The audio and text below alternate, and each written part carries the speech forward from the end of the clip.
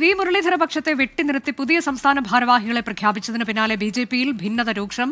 സാമുദായിക സന്തുലിതാവസ്ഥ പാലിച്ചില്ല എന്നാണ് കുറ്റപ്പെടുത്തൽ. അതൃപ്തി പറയാതെ പറഞ്ഞ് മുൻ സംസ്ഥാന സെക്രട്ടറി സി ശിവൻകുട്ടി രംഗത്തെത്തി. ആ പ്രതികരണം കേൾക്കാം. പരിഗണന കിട്ടിയോ എന്ന് ചോദിച്ചാൽ അത് വരുന്ന ദിവസങ്ങളിലാണ് മനസ്സിലാക്കാൻ സാധിക്കുന്നത്.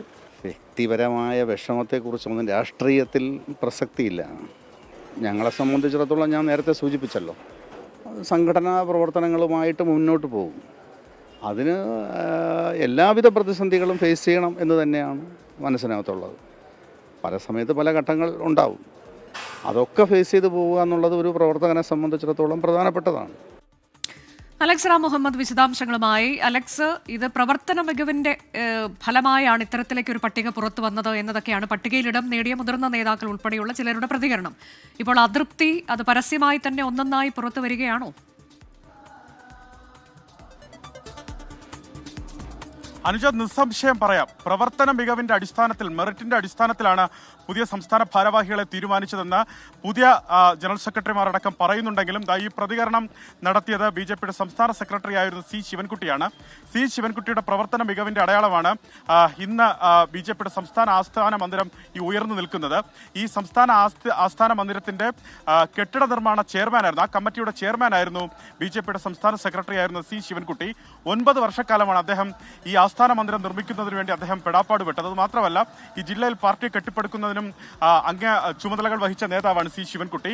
അദ്ദേഹത്തിന്റെ പ്രവർത്തന മികവിന് എന്ത് അംഗീകാരം നൽകിയെന്ന് കേട്ടാൽ അതിൽ അദ്ദേഹത്തെ ഈ ഭാരവാഹി പട്ടികയിൽ ഒഴിവാക്കിയിരിക്കുന്നു എന്നുള്ളതാണ് ചുരുക്കത്തിലൊരു ഉത്തരം. അദ്ദേഹത്തോട് നമ്മൾ ഇന്നലെ സംസാരിച്ചിരുന്നു.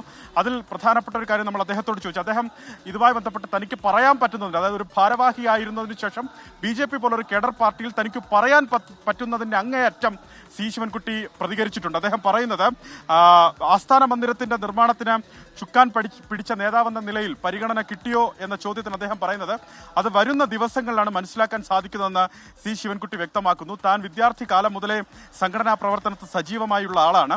പാർട്ടിക്ക് വേണ്ടി ജീവിതം ഒഴിഞ്ഞുവെച്ച വ്യക്തിയാണ്. ഇനിയും പാർട്ടിക്ക് വേണ്ടി സജീവമായി രംഗത്തുണ്ടാകും. അതൊരു വ്യക്തിയെയും നോക്കിയിട്ടല്ല എന്നാണ് അദ്ദേഹത്തിന്റെ പ്രതികരണം. വ്യക്തിപരമായ വിഷമങ്ങൾക്ക് രാഷ്ട്രീയത്തിൽ പ്രസക്തിയില്ല എന്ന് സംസ്ഥാന സെക്രട്ടറി സ്ഥാനത്ത് നിന്ന് തെറിച്ച സി ശിവൻകുട്ടി 24-നോട് വ്യക്തമാക്കുന്നു.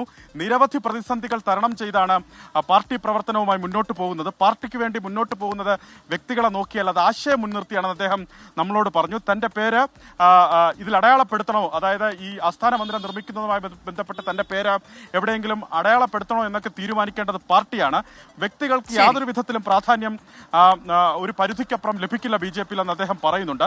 സംസ്ഥാന ഭാരവാഹിത്വത്തിൽ നിന്ന് ഒഴിവാക്കിയത് സംബന്ധിച്ച് പരിഗണന ലഭിക്കുന്നില്ല എന്ന് ചിന്തിക്കുന്നത് തങ്ങളെ സംബന്ധിച്ച് ഉചിതമല്ല എന്ന് അദ്ദേഹം പറഞ്ഞു വെക്കുന്നുണ്ട്. വ്യക്തിപരമായ വേദന രാഷ്ട്രീയത്തിൽ സ്വാഭാവികമാണെന്നും സി ശിവൻകുട്ടി 24-നോട് പ്രതികരിച്ചു. അനുജ, ഞാൻ നേരത്തെ സൂചിപ്പിച്ചതുപോലെ ഒരു സംസ്ഥാന ഭാരവാഹിത്വത്തിൽ നിന്ന് ഒരു വ്യക്തിക്ക് ബിജെപി പോലൊരു കേഡർ പാർട്ടിയിൽ പ്രതികരിക്കാൻ പറ്റുന്നതിന്റെ മാക്സിമമാണ് സി ശിവൻകുട്ടിയുടെ ഈ പ്രതികരണം. അതെ, മുൻ സംസ്ഥാന സെക്രട്ടറി സി ശിവൻകുട്ടിയാണ് അതൃപ്തി പറയാതെ പറഞ്ഞുകൊണ്ട് രംഗത്തെത്തിയത്.